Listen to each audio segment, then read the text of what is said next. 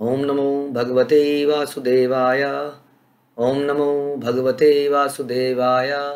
ओम नमो भगवते वासुदेवाय। श्रीमद्भागवतम तीसरा कैंटो 12वां अध्याय 19वां श्लोक। तो इससे पहले आपने सुना कि ब्रह्मा जी ने शिव जी को पैदा कर दिया है और गुस्से से पैदा हो गए हैं, क्योंकि चार कुमार उनकी बात नहीं मान रहे थे, गुस्सा दिखा नहीं पा रहे थे, क्योंकि टोटली उनको गलत नहीं साबित कर पा रहे थे, क्योंकि उन्होंने अध्यात्म हायर पर्पस के लिए संसार को त्यागा था, ऐसा हमने सुना।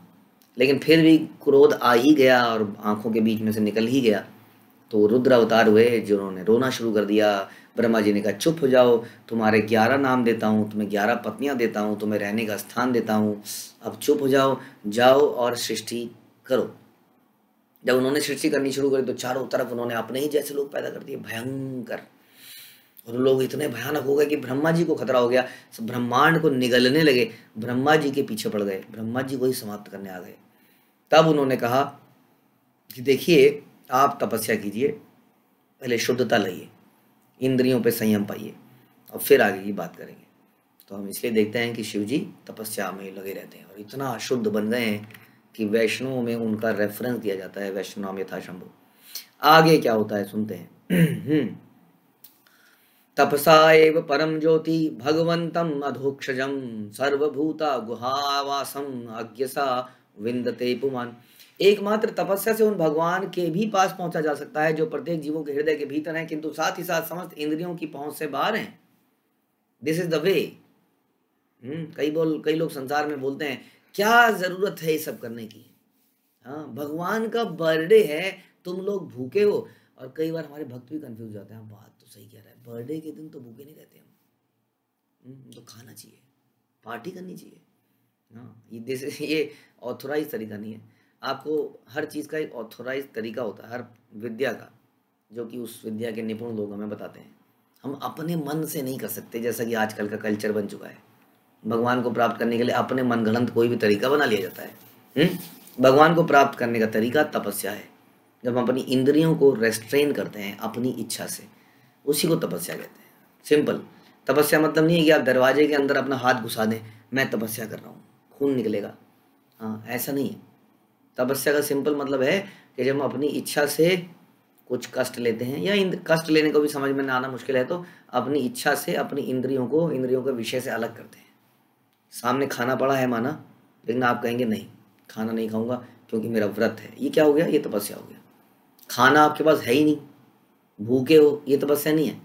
तो हम अपनी इच्छा से अपनी इंद्रियों को रोकते हैं, संयम में लाते हैं, इससे बड़ा लाभ मिलता है, बहुत लाभ। इससे मन पे नियंत्रण आता है।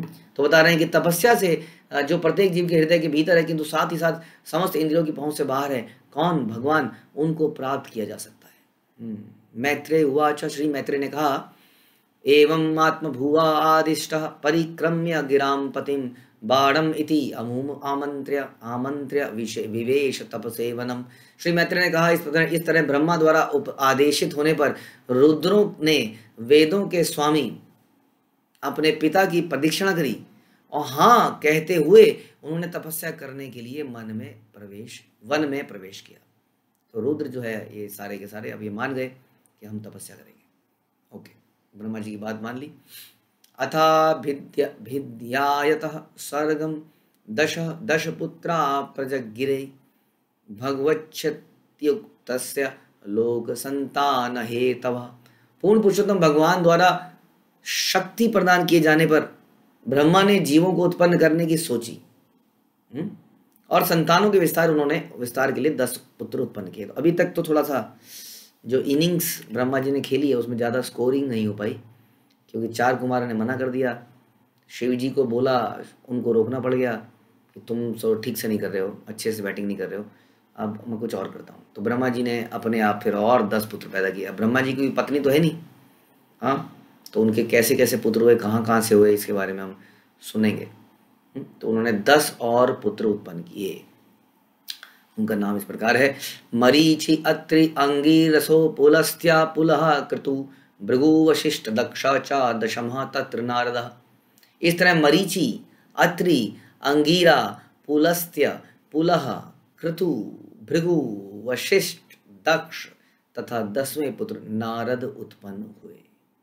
तो ये 10 पुत्र हुए, इनका नाम आपने सुना होगा। बड़े महान महान लोग हैं, एक एक, है ना, एक एक की अलग अलग कथाएं हैं।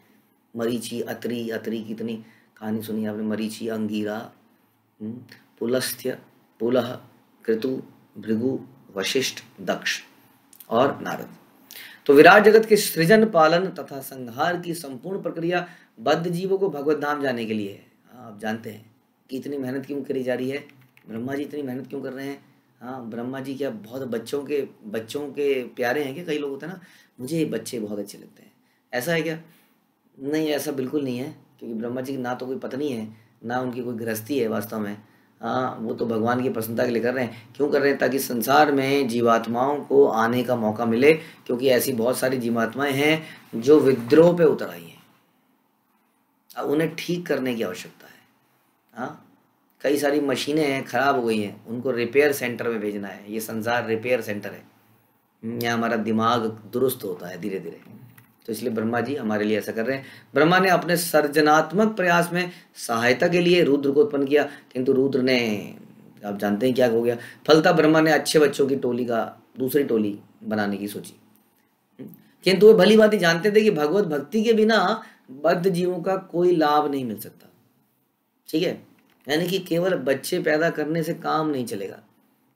आप कहेंगे जी एक पितृ का ऋण है, एक ऋण संसार के लिए एक ऋण है। जब तक लड़का पैदा नहीं, कई लोग कहते हैं जब तक लड़का पैदा नहीं होगा ऋण नहीं उतरेगा, तो लड़के पैदा करे जाएंगे। लड़की पैदा हो जाएगी तो उसका गर्भपात कर देंगे, उसको मार देंगे। ऐसा भी प्रचलन हो गया संसार में। ऐसे गधे घोड़ों की तरह, जानवरों की तरह बच्चा पैदा करने से कुछ नहीं होता है। ऐसे तो रुद्र की तरह संतान उत्पन्न हो रही है सारी की सारी, जो समाज में गंदगी मचा रही है। वास्तव में अगर हमारे घर में प्रहलाद, ध्रुव जैसा बच्चा हो जाए, तभी तो हमारे पूर्वजों का उद्धार हो पाएगा। इसलिए ब्रह्मा जी जानते थे कि मैं ये बच्चे तो पैदा करे जा रहा हूँ, लेकिन यदि इनके अंदर भक्ति नहीं आएगी तो कोई लाभ नहीं मिलेगा। फायदा क्या हुआ संसार को बनाने का? खेलने के लिए थोड़ी बनाया है संसार को, अल्टीमेटली इसलिए बनाया है कि यहाँ पर आए, खेले कूदे और अल्टीमेटली उसको समझ में आ जाए कि भक्ति ही जीवन का एकमात्र लक्ष्य है। ये बनाया है। अगर यही नहीं बनाया तो क्या फ़ायदा हुआ? हमने अपने बच्चों को बहुत बढ़िया बढ़िया कपड़े पहना दिए, नंबर 1 क्लास के। हमने उन्हें बहुत बढ़िया गुड्डे गुड़िया दे दिए। हमने उन्हें मॉल्स में जाके बढ़िया बढ़िया झूले भी झुला लिए। हाँ, हमने उन्हें बेस्ट एजुकेशन, मतलब भौतिकता के दृष्टि से उन्हें अच्छे अच्छे स्कूलों में डाल दिया, लेकिन उन्हें बिल्कुल अध्यात्म का कोई नॉलेज नहीं है। उन्हें नहीं पता है कि वो कौन है, कहाँ से आए हैं, भगवान कौन है, हमें करना क्या है जीवन में, मरने के बाद क्या होता है, मरने से पहले कहाँ थे, कोई नॉलेज नहीं है। आप कह रहे हैं क्या ज़रूरत है इस नॉलेज की? तो ये गलत हो गया, सारा प्रोसेस गलत हो गया। इसलिए ब्रह्मा जी ने बता रहे हैं कि 10वां पुत्र नारद को जन्म दिया। बड़ा इंपॉर्टेंट था, क्योंकि नारद जी गुरु थे, परम भक्त थे। इसलिए भक्तों का बीच बीच में आना बड़ा ज़रूरी है। अगर भक्त बीच में नहीं आते हैं तो सब तरफ अशुद्धि फैल जाती है। भक्तों को बड़ा, उनका रोल बड़ा इंपॉर्टेंट है। भक्तों को सुनना पड़ता है, लेकिन इतिहास गवाह है कि भक्तों को ताने मारे जाते हैं, भक्तों को गलत समझा जाता है, लेकिन फिर भी भक्त लोग सहन करते हैं। जैसे नारद जी, अक्सर लोग उनका मजाक उड़ाते हैं।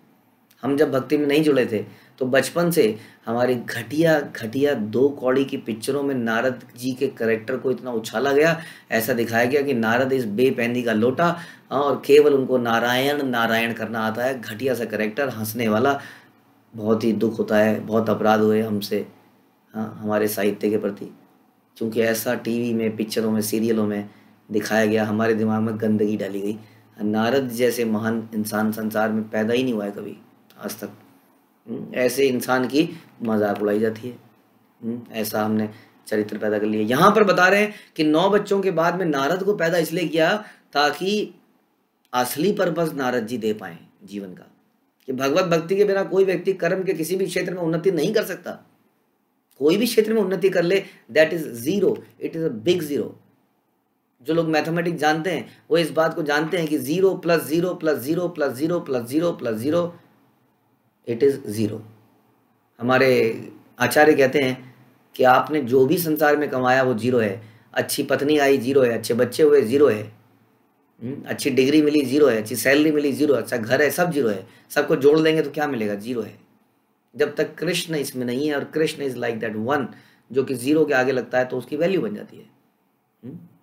50 जीरो के आगे 1 लग जाता है तो जबरदस्त वैल्यू जाती है। तो इस प्रकार ये समझना है। तो भगवत भक्ति के बिना कोई व्यक्ति किसी क्षेत्र में उन्नति नहीं कर सकता। यद्यपि भक्ति का मार्ग किसी भी भौतिक वस्तु से स्वतंत्र है, एकमात्र भगवान की दिव्य प्रेमा भक्ति जीवन के असली लक्ष्य को दिलाने वाली है। और ये दिलाने का काम कौन करता है? ये दिलाने का काम करता है नारद मुनि जैसे भक्त, जो कि हमें ज्ञान देते हैं। इसलिए 10वां पुत्र नारद हुआ। उत्संगात नारद यज्ञ दक्ष अनुष्ठात स्वयं भुव प्राणात वशिष्ठ सज्जात भृगु त्वची करात कृतु। नारद ब्रह्मा के शरीर के सर्वोच्च अंग मस्तिष्क से उत्पन्न पुत्र हैं, मानसिक चिंतन का रिजल्ट है। इसलिए सबसे महत्वपूर्ण व्यक्ति हैं। मानसिक मस्तिष्क से उत्पन्न हुए, वशिष्ठ उनकी श्वास से हुए, दक्ष उनके अंगूठे से हुए, भृगु उनके स्पर्श से हुए, कृतु उनके हाथ से उत्पन्न हुए। इस प्रकार से अलग अलग अंगों से, जैसा हमने बताया कि ब्रह्मा जी का जो क्रिएशन है वो पति पत्नी वाली क्रिएशन नहीं है, ये क्रिएशन आगे जाके होगी, चालू होगी। अभी आप सुनेंगे कि ये जो 10 पुत्र हैं, 9 पुत्र हैं, इनमें खासतौर पे नारद तो शादी नहीं करेंगे, जो 9 हैं इनका विवाह होगा, ये आप सुनेंगे आगे। और फिर इनकी पति पत्नी के द्वारा संतानें उत्पन्न होने लगेंगी। तो अभी तो ये अलग अलग अंगों से पैदा हो रहे हैं। पुलह नाभीत यज्ञे पुलस्त्य कर्णयो ऋषि अंगीरा मुखताक्षण अत्रि मारीच मनसा अभवत। पुलस्त्य ब्रह्मा के कानों से, अंगीरा मुख से, अत्रि आंखों से, मरीचि मन से तथा पुलह नाभि से उत्पन्न हुए। धर्मस्तनाद्य क्षिणतो यत्र नारायण स्वयं अधर्म पुष्ठतो यस्मान मृत्युलोक भयंकरा। धर्म ब्रह्मा के वक्ष स्थल से प्रकट हुआ। अब ये धर्म भी आ रहा है। जहां पूर्ण पुरुषोत्तम भगवान नारायण आसीन है वहीं धर्म है, जहां कृष्ण है वहीं धर्म है। और अधर्म उनकी पीठ से प्रकट हुआ, जहां जीव के लिए भयावह मृत्यु उत्पन्न होती है। तो यहाँ पर इसका मतलब ये है कि जिस जगह पर भगवान मौजूद नहीं, वैसे तो कोई ऐसी जगह नहीं है जहाँ भगवान नहीं है, लेकिन जिस जगह पर भगवान को भुला दिया जाता है, इग्नोर कर दिया जाता है, जैसे हमारी पीठ है, हमारी पीठ में कुछ लगा है तो कोई देखने में इंटरेस्टेड नहीं, हम सब अपने थोबड़े को चमकाने में लगे रहते हैं, दिखता है संसार में। और पीछे कई बार गंदगी है, आदमी नहाता भी नहीं है ठीक से, पीछे साफ नहीं करता है, दिखता नहीं है। तो जो जगह को हमने इग्नोर कर रखा है वहीं पर गंदगी बढ़ती है। हमने अपने चरित्र को इग्नोर कर रखा है, हमने इस शरीर को बहुत ज़्यादा फोकस कर रखा है, लेकिन चरित्र पे बिल्कुल भी फोकस नहीं है। हमारे चेहरे में जरा सा भी दाग लग जाता है तो हम इतने परेशान हो जाते हैं उस दाग के लिए, जब तक उस दाग को ना हटाते किसी तरीके से। लेकिन हमारे कैरेक्टर में बहुत सारे दाग लगे हैं, उसके प्रति हम सचेत नहीं हैं। हमारे अंदर बहुत सारे गंदे विचार आते हैं, हम उसके प्रति कोई ज़्यादा सचेत नहीं है। लेकिन ज़रा सी हमारे कोई बीमारी हो जाए तो हम 10 डॉक्टरों को दिखा देंगे उस खाल को ठीक करने के लिए, लेकिन उस खाल के अंदर उस कैरेक्टर को ठीक नहीं करेंगे। इसी को अधर्म कहते हैं। जहाँ कृष्ण नहीं है वही अधर्म है। इसलिए अधर्म उनकी पीठ से हुआ और धर्म वहाँ से हुआ जहाँ पे स्वयं भगवान बैठे थे। तो इस प्रकार से अलग अलग चीज़ें पैदा हो रही हैं। हृदय कामो भ्रुवा क्रोधो लोभश्चार्धर चधरश्चतात आस्यात वाक सिंधवा मृणात निरत्री पायो अघ आश्रय। काम तथा इच्छा ब्रह्मा के हृदय से, क्रोध उनकी बाहों के बीच से, लालच उनके होंठों के बीच से, वाणी की शक्ति उनके मुख से, समुद्र उनके लिंग से तथा निम्न एवं गृहित कार्यकलाप समस्त पापों के स्रोत उनके गुदा से प्रकट हुए। तो इस प्रकार से हर चीज़ की हमने पहले भी सुना था कि ब्रह्मा जी ने क्रिएशन करी तो बुरी वस्तुओं की भी क्रिएशन करी, भुलाने की, अहंकार की और इन सब वस्तुओं की, क्योंकि इनकी ज़रूरत है। When there is a demand then there is a supply. जीवात्मा इन वस्तुओं को चाहता है, लेकिन हमने पहले भी आपको बताया था कि एक बच्चे को कई बार उंगली पकड़ के प्रेस को गरम गरम आयरन को टच करा दिया जाता है हल्के से कंट्रोल में, ताकि उसको समझ में आ जाए ये गर्म है। तो ऐसा नहीं है कि भगवान ने यहाँ पर सारी सुविधाओं के साथ जीवात्मा को छोड़ दिया है, जाओ मजे करो। भगवान का पर्पज़ यही है, इस जगह का पर्पज़ यही है कि भगवान वापस बुलाना चाहते हैं। इसलिए कष्ट वगैरह सब कुछ बड़े ही कंट्रोल्ड वे में दिया जा रहा है, समझ के कि अल्टीमेटली जीव ये समझ जाए कि संसार में वो सुखी नहीं रह सकता है। Ultimately has to go back to God it. यही जीवन जीने का पर्पस है, यही हमें सबको समझाना है। हरे कृष्णा। श्रील प्रभुपाद की जय। ग्रंथराज श्रीमद् भागवतम की